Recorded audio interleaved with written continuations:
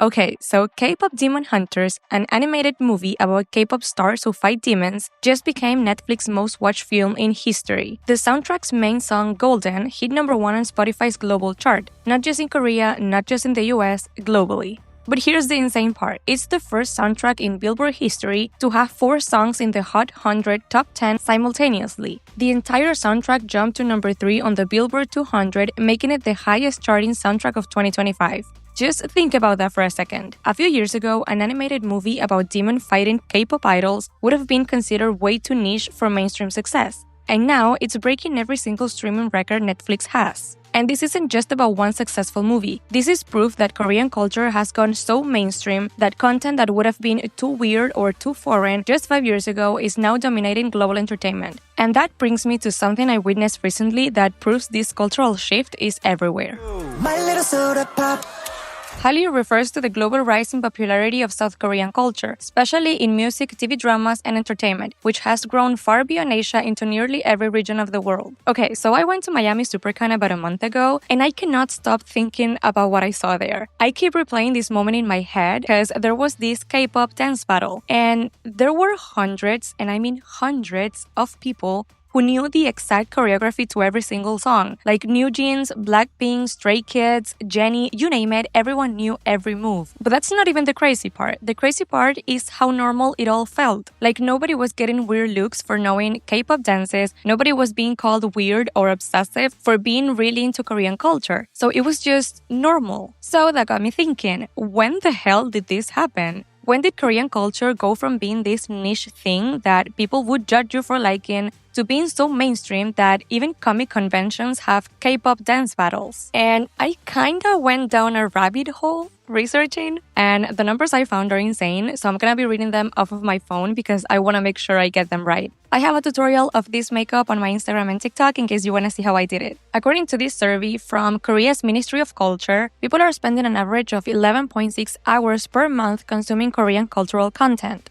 So we're not just maintaining this level of interest, we're increasing it. But wait, because it gets crazier. I found this statistic that says that there are over 225 million K-pop fans globally as of December 2023. Not just people who have heard a BTS song, but like actual fans. And the Korean wave contributed $12.3 billion to South Korea's economy. $12.3 billion from cultural exports, from people around the world liking Korean culture so much that it's literally changing the country's economy. But you know what? This didn't happen overnight. Like I started looking into this more and more and realized that the Korean government has been playing this long game since the late 90s. They saw what happened with Japanese culture exports and were like, you know what? We can do the same thing, but we're gonna do it strategically. So they started investing in their entertainment industry. Funding music production, drama creation, all of it. They opened Korean cultural centers worldwide offering free Korean classes. And they made it easier for international audiences to access Korean content through streaming platforms by subtitling everything. So they kind of created like this whole ecosystem. And the genius part is that they didn't just push Korean content on people, they made it accessible and let the quality speak for itself. Because just, let's be real, Korean content is really, really good. Like the production values, the storytelling, the music, it's just all...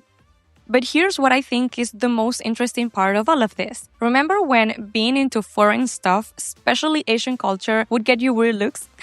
Like, I remember kids in my school hiding their interest because they didn't want to be called weird or obsessive or otaku. And fast forward to now, Korean culture has somehow skipped that whole awkward phase that other cultural imports went through. Like Squid Game didn't gradually build a cult following. It immediately became the most watched series in Netflix history. The Vans shoes that the main character wore literally sold out everywhere. Sales went up like 7,800%, and like people bought those shoes because of a TV show. And that's insane marketing without even trying. Korean skincare and products have also gone global. Like you can't scroll through Instagram without seeing someone showing their 10-step K-beauty routine. So it's become like this lifestyle and not just a trend. And K-pop didn't slowly gain acceptance, it just exploded into mainstream consciousness and stayed there. And social media definitely had a huge role in this. TikTok made K-pop choreography into viral challenges that everyone could participate in. Instagram made Korean aesthetic and beauty standards something people actively wanted to emulate. And YouTube made Korean content accessible with subtitles and recommendations. So basically, social media pushed Korean culture in a way that traditional media never could have. Like, I was looking at my Instagram the other day and realized how many of my friends casually watch K-dramas, or use Korean skincare products, or know K-pop songs. So people who would have never considered themselves interested in foreign cultures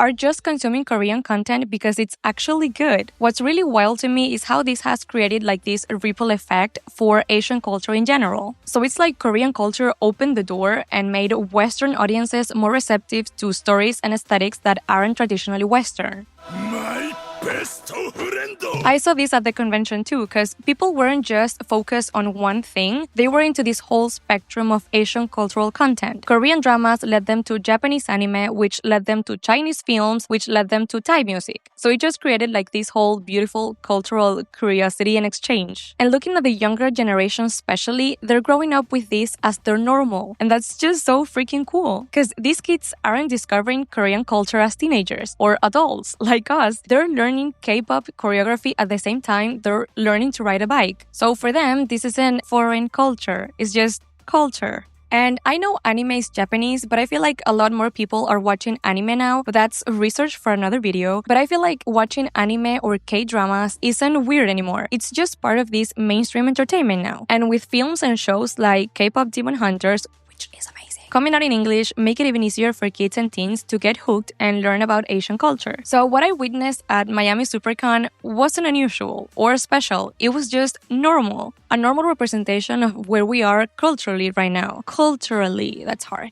We're living through one of the most significant culture shifts in modern entertainment history. And it happened so smoothly that most people didn't even notice it was happening. The numbers prove it, the crowds prove it, and honestly, if you can find someone under 25 who doesn't know at least one K-pop song or hasn't watched one single K-drama, I'd be genuinely surprised. So what started as a strategic cultural export has become this genuine cultural bridge, and we're all just living in the Korean wave now without even thinking about it. And that's pretty amazing. Don't forget to subscribe and give this video a thumbs up.